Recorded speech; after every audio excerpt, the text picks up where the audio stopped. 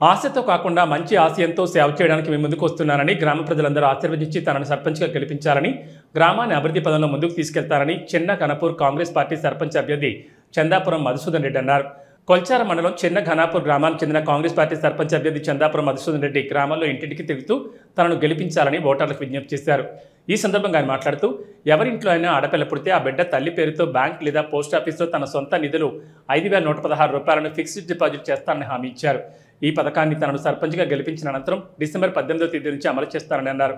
అలాగే గ్రామంలో కోతుల బెడద లేకుండా చూస్తానని హామీ ఇచ్చారు. నమస్తే. ఆశతో కాకుండా మంచి ఆశయంతో ముందుకు వస్తున్నా.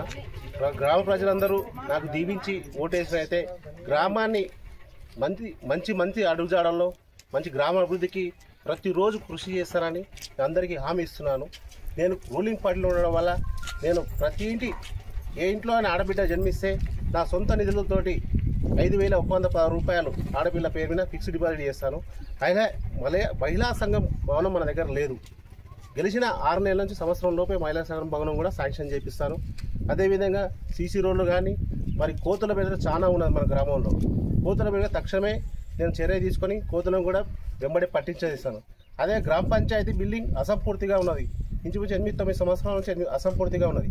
నేను గెలిచిన 6 నెలల లోపే ఏ గవర్నమెంట్ నిధులు లేకుండా డోనర్స్ ద్వారా గ్రామ పంచాయతీని 6 నెలల్లో మంచి హంగురంగులతో దిద్ది పునఃప్రారంభం చేస్తానని గ్రామ ప్రజలకు కూడా హామీ ఇస్తున్నాను.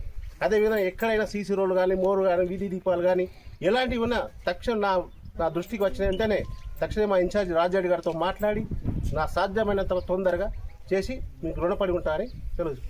జై కాంగ్రెస్! జై కాంగ్రెస్! జై కాంగ్రెస్!